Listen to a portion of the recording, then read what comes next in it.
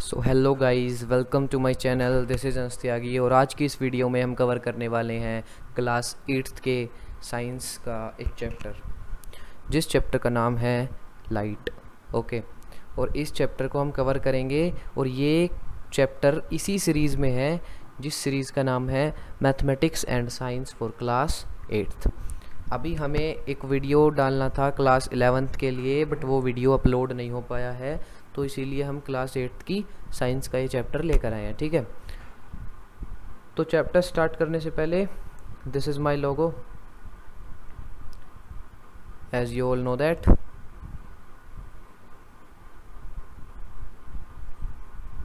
और चलिए अब अपनी क्लास को शुरू करते हैं। So before starting any discussion, पिछली बार की तरह इस बार भी टॉपिक को स्टार्ट करेंगे एक थॉट के थ्रू। और थॉट क्या है? थॉट है what we know is a drop and what we don't know is an ocean. जो किसके द्वारा कहा गया था? सर आइजैक न्यूटन के द्वारा। ठीक है, तो इसका मतलब क्या है? इसका मतलब है कि हम जो जानते हैं वो एक ड्रॉप के बराबर है, एक पानी की जो ड्रॉप होती है ना छोटी सी, उसके बराबर है, एज़ कंपेयर टू जो हम नहीं जानते वो किसके बराबर है?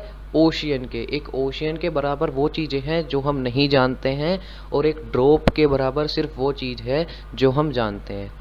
ओके, इनका मतलब कि एटलीस्ट अर्थ पर, तो पूरी अर्थ पर कोई भी ऐसा व्यक्ति नहीं है जो हर चीज़ के बारे में जानता हो। ठीक है, इसका मतलब 1% नॉलेज हमारे पास है और 99% as like a ocean, ocean की तरह 99% नॉलेज नहीं है। ठीक है, तो चलिए अब अपने चैप्टर को स्टार्ट करते हैं।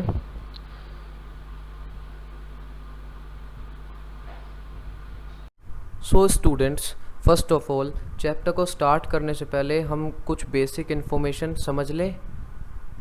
सबसे पहला क्वेश्चन तो यही आता है कि what is light.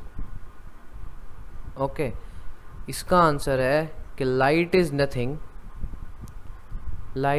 Nothing but the form of energy. Light is a form of energy. अच्छा, अब हमने बता दिया लाइट एक एनर्जी की फॉर्म है, लेकिन अब बच्चे पूछेंगे कि व्हाट इज़ द प्रूफ। आपके पास क्या प्रूफ है कि light is the form of energy? तो हम बोलेंगे कि हाँ, प्रूफ है। और वो क्या क्या है? हम 2 प्रूफ आपको इस वीडियो में देंगे, और अगर बाकी के प्रूफ आपको पता हैं तो वो आप कमेंट में हमें बताएंगे कि कौन कौन से प्रूफ्स हैं जो आपको पता हैं, जो ये बताते हैं कि light is a form of energy. ठीक है, चलिए, तो वो क्या 2 हैं? वो है, सबसे पहला जो प्रूफ है, जो सबसे पहला हमें बताता है कि light is a form of energy, वो है सोलर एनर्जी। सोलर एनर्जी से ये प्रूफ हो जाता है कि लाइट एनर्जी की ही एक फॉर्म है। कैसे?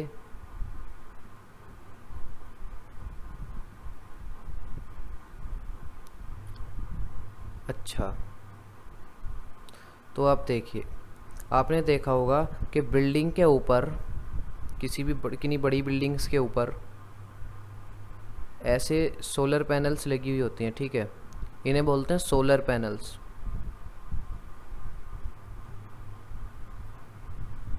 ठीक है, ये इस तरीके की होती हैं।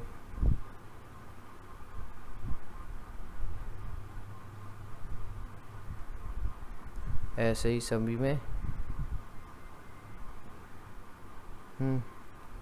यही ऐसी लाइनिंग्स होती हैं सभी में। ठीक है, इसमें भी, इसमें भी, इसमें भी, इसमें भी, और इसमें भी। ठीक है, तो ये क्या होता है? ये सोलर पैनल्स काम करती हैं सोलर एनर्जी से। ठीक है, सोलर एनर्जी से कैसे? सन है, जब सन की रेज इन सोलर पैनल्स पर पड़ती हैं,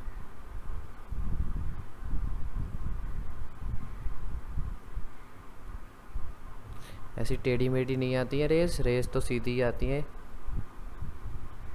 ठीक है, तो जब सन की रेज इन सोलर पैनल्स पर पड़ती हैं तो ये सोलर पैनल्स उस सन की एनर्जी को, वो जो सन की लाइट वाली एनर्जी होती है ना, सनलाइट, उस एनर्जी को कंज्यूम करती हैं। ठीक है, उस एनर्जी को कंज्यूम करती हैं। ठीक है, 1 मिनट में इसे रफ कर देता हूँ। सन की एनर्जी को क्या करती हैं? कंज्यूम करती हैं। ठीक, और उस सन की एनर्जी को कंज्यूम करके, सन की एनर्जी को कंज्यूम करके वो उस लाइट एनर्जी को कन्वर्ट कर देती हैं इलेक्ट्रिकल एनर्जी में। उस लाइट एनर्जी को कन्वर्ट कर देती हैं इलेक्ट्रिकल एनर्जी में। और ये बात तो आपने पढ़ी है या फिर अब आप आगे पढ़ोगे वैसे 9th क्लास में, कि energy can not be created and nor be destroyed. कोई भी एनर्जी ना तो बनाई जा सकती है और ना ही ख़त्म की जा सकती है। तो अगर सोलर पैनल एनर्जी बना रहे हैं तो वो कैसे बना रहे हैं? तो ये सबसे बड़ा सवाल आ जाता है कि अगर सोलर पैनल्स एनर्जी बना रहे हैं तो कैसे बना रहे हैं? तो इसका सीधा सा ये आंसर है कि वो सन की एनर्जी को कन्वर्ट कर रहे हैं। सन की जो एनर्जी है, लाइट एनर्जी, उसको कन्वर्ट कर रहे हैं इलेक्ट्रिकल एनर्जी में। ठीक है, सो ये एनर्जी को बना नहीं रहे हैं, ये एनर्जी को सिर्फ क्या कर रहे हैं? कन्वर्ट कर रहे हैं। ठीक है, तो हम अब ये नहीं कहेंगे कि यहाँ पर इलेक्ट्रिसिटी बन रही है, यहाँ हम कहेंगे कि लाइट एनर्जी से इलेक्ट्रिकल एनर्जी बन रही है। ठीक है, लाइट एनर्जी से इलेक्ट्रिकल एनर्जी बन रही है, और वो किसके थ्रू बनाई जा रही है? वो काम किया जा रहा है सोलर पैनल्स के थ्रू।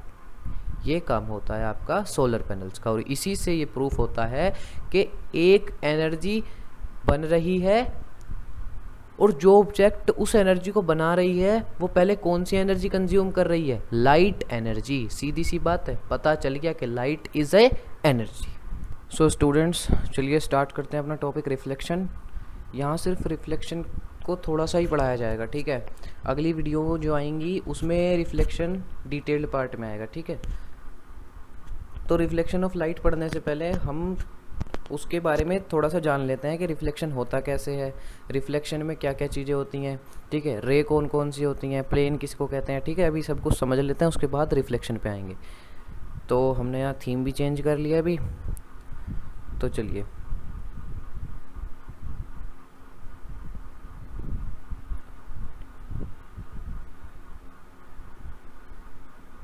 सो स्टूडेंट्स, सबसे पहले यहाँ पर एक प्लेन होगा। ठीक है, रिफ्लेक्शन ऑफ लाइट कब होती है? जब उसके सामने कोई प्लेन होता है, या फिर ऐसे कह लीजिए कि किसी भी हार्ड सरफेस पर स्ट्राइक करके ही रिफ्लेक्शन ऑफ लाइट होती है। अगर कोई स्मूथ सरफेस होता है तो वहाँ पर रिफ्लेक्शन नहीं होती, क्योंकि वो स्मूथ सरफेस उस लाइट की रे को एब्जॉर्ब कर लेता है। ठीक है, तो चलिए, ये एक प्लेन हो गया। ठीक है, सो अब एक लाइट रे मान लीजिए इस रे पर, इस प्लेन पर स्ट्राइक करेगी। ठीक है, टकराएगी इस प्लेन से। ठीक, तो ये जो रे टकराई है, जो रे इस प्लेन से टकराई है, उस रे को कहते हैं इंसिडेंट रे। क्या बोलते हैं? Incident ray. ठीक है, और अब जब ये रे टकराई है प्लेन पर तो ये अब रिफ्लेक्ट भी होगी। तो ये रे यहाँ से रिफ्लेक्ट होती है। 1 मिनट, ठीक है, कलर चेंज कर लेता हूँ मैं इस रे का। तो ये रे यहाँ से रिफ्लेक्ट हुई है, और ये जो रे रिफ्लेक्ट होकर जाती है, जो रे स्ट्राइक करने के बाद रिफ्लेक्ट होकर जाती है, उस रे को बोलते हैं रिफ्लेक्टेड रे। क्या बोलते हैं?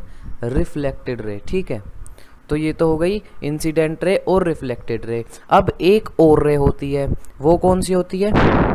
एक और रे होती है जिसका नाम होता है नॉर्मल रे। सो नॉर्मल रे क्या होती है? नॉर्मल रे होती है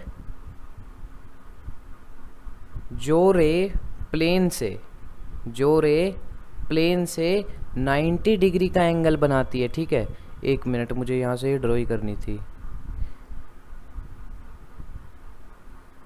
जो रे 90 डिग्री का एंगल प्लेन के साथ बनाती है, उस रे को बोलते हैं नॉर्मल रे। ठीक है, एक बार दोबारा से समझिए। वो रे जो प्लेन पर स्ट्राइक करती है, जो टकराती है, उसको कहते हैं इंसिडेंट रे। ठीक है, ठीक है, हम समझ गए। इंसिडेंट रे आपको समझ में आ गया, जो रे टकराती है। प्लेन से जो रे रिफ्लेक्ट होकर जाती है उसको कहते हैं रिफ्लेक्टेड रे। ठीक है, और जो रे प्लेन के साथ, ये देखिए ये एक प्लेन है ना, इस प्लेन के साथ जो रे 90 डिग्री का एंगल बनाती है, हमेशा 90 डिग्री का ही एंगल बनाएगी। ठीक है, हमेशा नॉर्मल रे 90 डिग्री का एंगल बनाती है। ये देखिए ये रहा 90 डिग्री का एंगल। ठीक है, तो और यहाँ भी है, जो रे प्लेन के साथ 90 डिग्री का एंगल बनाती है उसको क्या बोलते हैं? नॉर्मल रे। ठीक है, उसको बोलते हैं नॉर्मल रे। ठीक है, और कुछ एक और चीज़ है बच्चों, अब हम देखेंगे एंगल ऑफ इंसिडेंस। एक मिनट,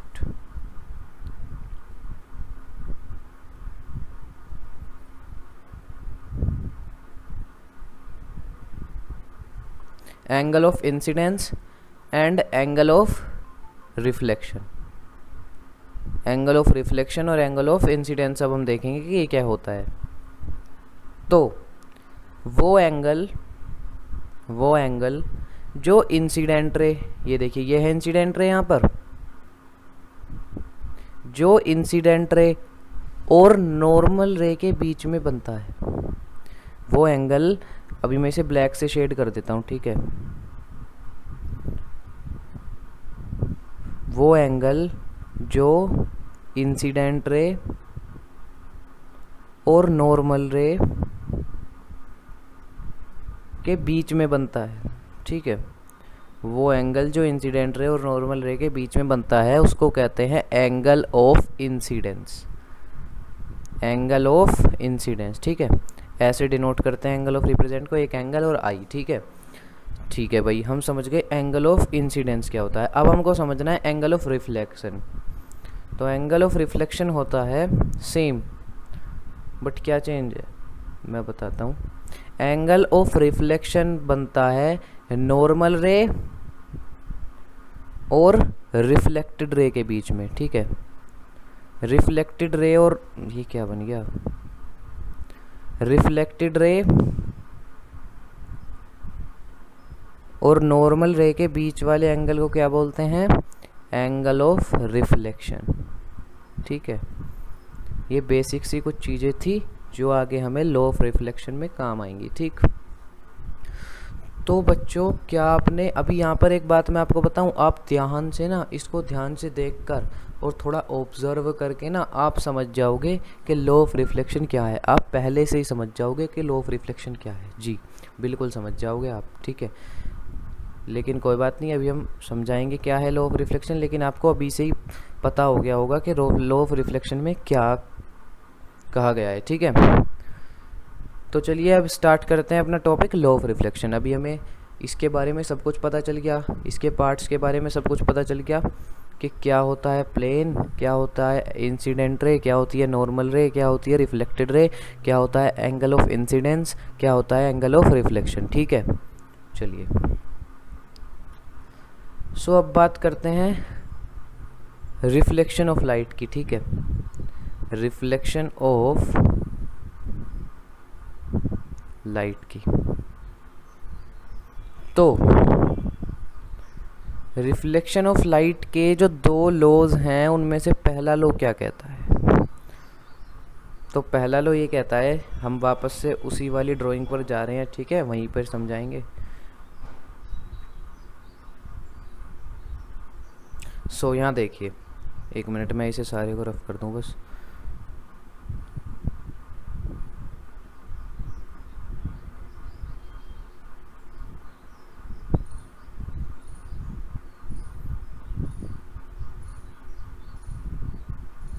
ठीक है, तो फर्स्ट लॉ क्या कहता है रिफ्लेक्शन का? रिफ्लेक्शन का फर्स्ट लॉ कहता है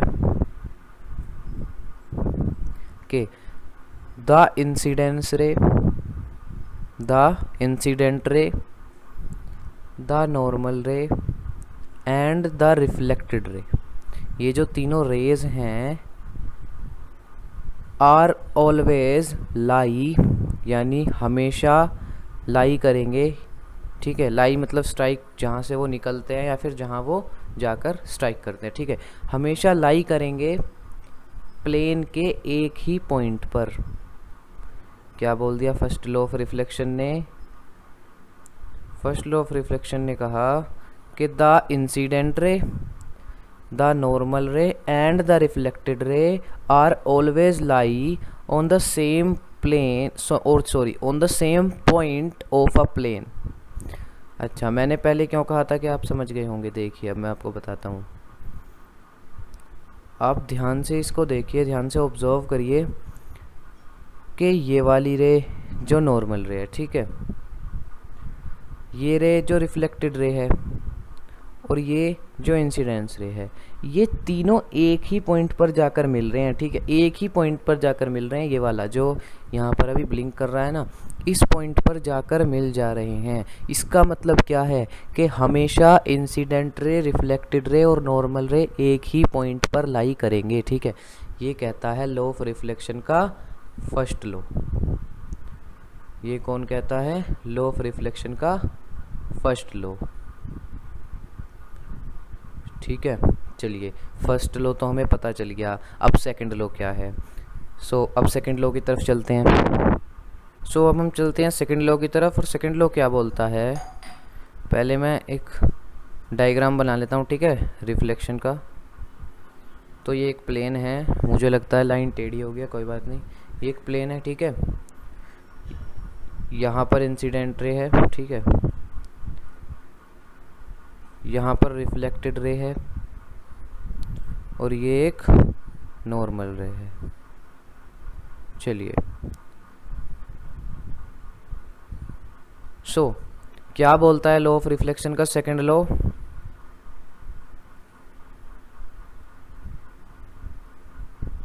सेकंड लॉ बोलता है कि द एंगल ऑफ इंसिडेंस, जो मैंने अभी आपको बताया था कि एंगल क्या है, एंगल ऑफ इंसिडेंस किसे बोलते हैं? जो नॉर्मल रे और इंसिडेंट रे के बीच में बनता है, ठीक है। The angle of incidence is always equal to the angle of reflection, ठीक है। क्या बोल दिया ये?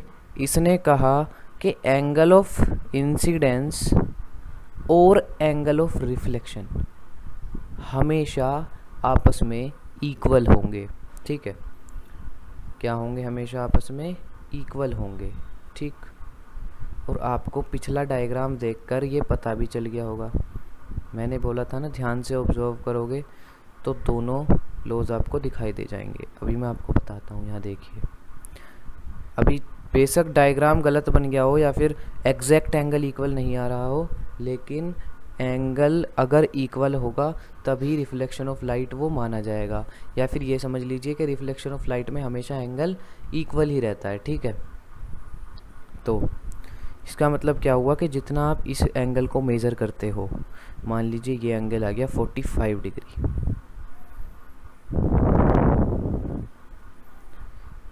और इस वाले एंगल को आप बिना मेज़र करे ही बता सकते हो कि ये एंगल क्या है, 45 डिग्री। क्यों? क्योंकि angle of incidence is always equal to angle of reflection. दोनों लॉ हो चुके हैं। अब इन दोनों लॉ का प्रूफ शायद आपकी बुक में नहीं है, आपके सिलेबस में नहीं है, बट थोड़ा सा पार्ट उसका भी समझा देंगे रिफ्लेक्शन ऑफ लाइट में, ठीक है। अगली वीडियो में जो आएगी detailed part reflection of light का, ठीक। तो अभी हम बेसिक आइडिया दे देता हूँ आपको कि रिफ्रैक्शन क्या होता है। रिफ्लेक्शन ऑफ लाइट के हमने सारी चीज़ें पढ़ ली हैं। रिफ्लेक्शन ऑफ लाइट से रिलेटेड जो शॉर्ट नोट पढ़ना था आगे की डिटेल्ड वीडियो में पढ़ेंगे, और बाकी सब कुछ, ठीक है। और हाँ, एक और टॉपिक है आपका रेगुलर और डिफ्यूज्ड वाला, ठीक है, रेगुलर और डिफ्यूज्ड वाला, ठीक है। ये वाला आपका टॉपिक जो है, ये मैं जो रिफ्लेक्शन ऑफ लाइट के बाद, सॉरी, रिफ्लेक्शन ऑफ लाइट से पहले एक जो वीडियो आएगी लाइट पार्ट 1 के नाम से, उसमें कवर करूँगा, ठीक है। अब देखिए क्या सीरीज़ है। यहाँ पर हम कर रहे हैं इंट्रोडक्शन टू, 1 मिनट में इसे रफ कर देता हूँ और आपको बता देता हूँ कि वीडियो कैसे कैसे आएंगी, ठीक है। ये वाली वीडियो है इंट्रोडक्शन टू लाइट, ठीक है। ये वाली वीडियो है इंट्रोडक्शन टू लाइट। सिर्फ इसके अंदर एक तरह से ये मान लीजिए आपको जो लाइट चैप्टर है उसकी समरी मिलेगी। सिर्फ 10 या 20 मिनट की वीडियो होगी, इसमें सिर्फ समरी मिलेगी, ठीक है। फिर इसके बाद आएगी एक वीडियो लाइट पार्ट 1, ठीक है। यहाँ पर आपको मिलेगा पूरा लाइट चैप्टर भी मिल सकता है, और अगर ज़्यादा बड़ी वीडियो होगी तो आधा आधा करके लाइट पार्ट 1 और लाइट पार्ट 2 में ख़त्म कर देंगे, ठीक है। ठीक है, और इनके बीच में एक वीडियो आएगी reflection and reflection.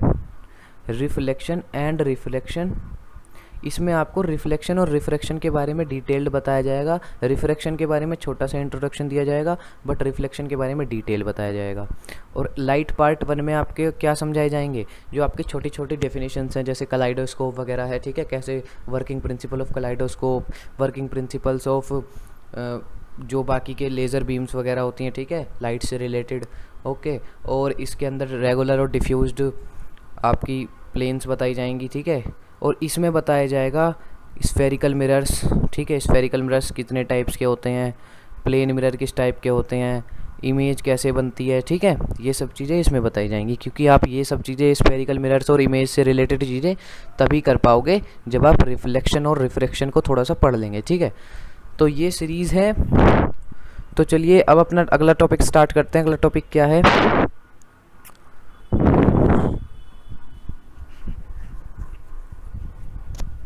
So students, अपना लास्ट टॉपिक ह्यूमन आई और देख लेते हैं एक बार, ठीक है। और ह्यूमन आई का जो डिटेल्ड डिस्कशन है वो होगा पार्ट 2 में, रिफ्लेक्शन ऑफ लाइट पार्ट 2 में, ठीक है। जहाँ पर इमेजेस, ठीक है, images, multiple images, spherical mirrors और ह्यूमन आई कवर करेंगे। यहाँ पर छोटा सा इसका बेसिक इंट्रोडक्शन देख लेते हैं कि कौन कौन से ह्यूमन आइज़ में पार्ट होते हैं, बस इतना ही देखेंगे अभी, ठीक है। तो चलिए यहाँ पर एक ह्यूमन आई को ड्रॉ करते हैं। ड्रॉ तो मुझसे होगी नहीं, मैं यहाँ पर चिपका देता हूँ इसे कहीं से। 2000 years later. So finally after a long period of time मुझे एक ह्यूमन आई की पिक्चर मिल गई है, ठीक है। और ये पिक्चर ऐसी थी जिसके पास बैकग्राउंड नहीं था, इसीलिए इसमें इमर्ज हो गई है, ठीक है। तो चलिए अब स्टार्ट करते हैं ह्यूमन आई का इंट्रोडक्शन। तो सबसे पहले इंट्रोडक्शन का फर्स्ट पार्ट, ये कि आपको पता नहीं होगा ये क्या है, मैं बता देता हूँ। ये ह्यूमन आई है, ठीक है। ये सबसे बड़ा पार्ट था जो बच्चों को समझ में नहीं आता है, ठीक है।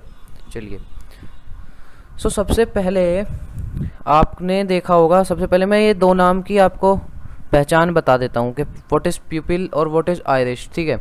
तो आपके पास जो आपकी आँखों में वाइट कलर का आपको कुछ सब्सटेंस दिखता है ना, ये वाइट कलर का जो आपको पार्ट दिखता है आपकी आँख के अंदर, इसको बोलते हैं आइरिश, ठीक है। आइरिश एक्चुअली जब मैंने ह्यूमन आई पढ़ा था तो मैं कंफ्यूज होता था तो कि आइरिश और प्यूपिल में क्या अंतर है, ठीक है।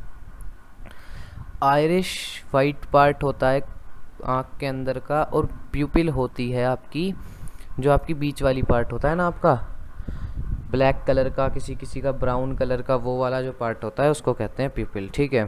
चलिए अब क्रिस्टलाइन लेंस क्या होता है? क्रिस्टलाइन लेंस होते हैं जो आपकी फिगर को पकड़ते हैं। आपकी देखिए, आपकी आंखों के बिल्कुल बीच में जो वो पार्ट दिखेगा ना, जिसमें तस्वीरें दिखती हैं, ठीक है, जिसमें पिक्चर्स दिखती हैं सामने कि आपको क्या दिखाई दे रहा है, वो उसको कहते हैं क्रिस्टलाइन लेंस, ठीक है।